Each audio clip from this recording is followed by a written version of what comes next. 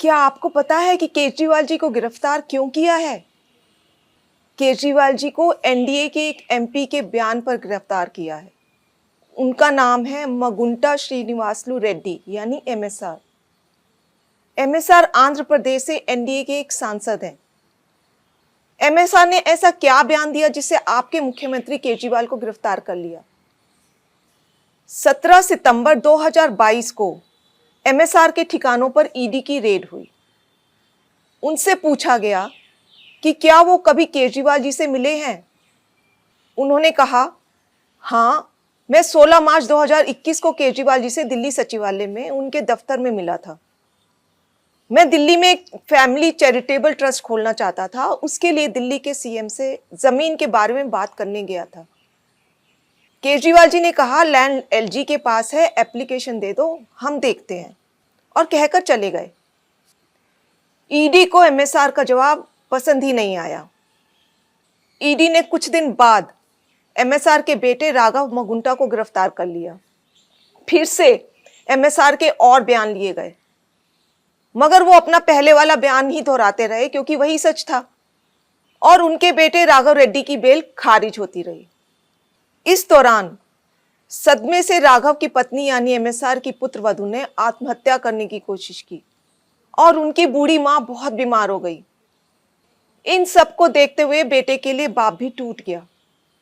17 जुलाई 2023 को पिता एमएसआर ने ईडी में अपना बयान बदल दिया। उन्होंने अब कहा, 16 मार्च 2021 को मैं केजरीवाल जी से मिलने गया था। मुश्किल से 4-5 मिनट मुलाकात हुई। वहीं 10-12 लोग बैठे थे। मेरे कमरे में घुसते ही केजरीवाल जी ने मुझसे कहा कि दिल्ली में आप शराब का काम शुरू करो, बदले में आम आदमी पार्टी को 100 करोड़ रुपए दे दीजिए। केजरीवाल जी से ये मेरी पहली और आखिरी मुलाकात थी। इस बयान के बाद अगले ही दिन एमएसआर के बेटे राघव रेड्डी को ईडी ने बेल दिलवा दी। जाहिर है कि एमएसआर का यह बयान झूठा है। वे खुद कह रहे हैं कि यह उनकी केजरीवाल जी से पहली और आखिरी मुलाकात थी। 10-12 लोग वहां बैठे थे।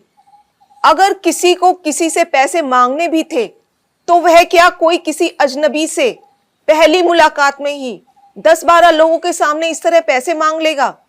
जाहिर है कि एमएसआर के बेटे और परिवार को 5 महीने बुरी तरह प्रताड़ित किया गया।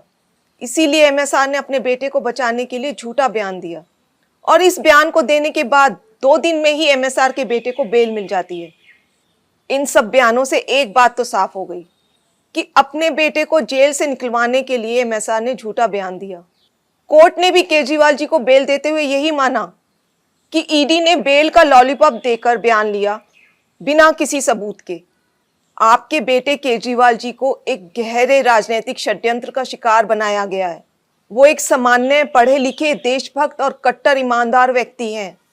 यदि आज आप उनके साथ खड़े नहीं हुए तो इस देश में पढ़े लिखे ईमानदार लोग कभी राजनीति में नहीं आएंगे। क्या मोदी जी केजरीवाल जी के साथ ठीक कर रहे हैं? इस वीडियो को ज्यादा से ज्यादा शेयर करें ताकि देश को पता चल सके कि मोदी जी कैसे ईडी सीबीआई के जरिए एक गहरे राजनीतिक षड्यंत्र के तहत आपके केजरीवाल और आम आदमी पार्टी को खत्म करना चाह रहे हैं। जय हिंद।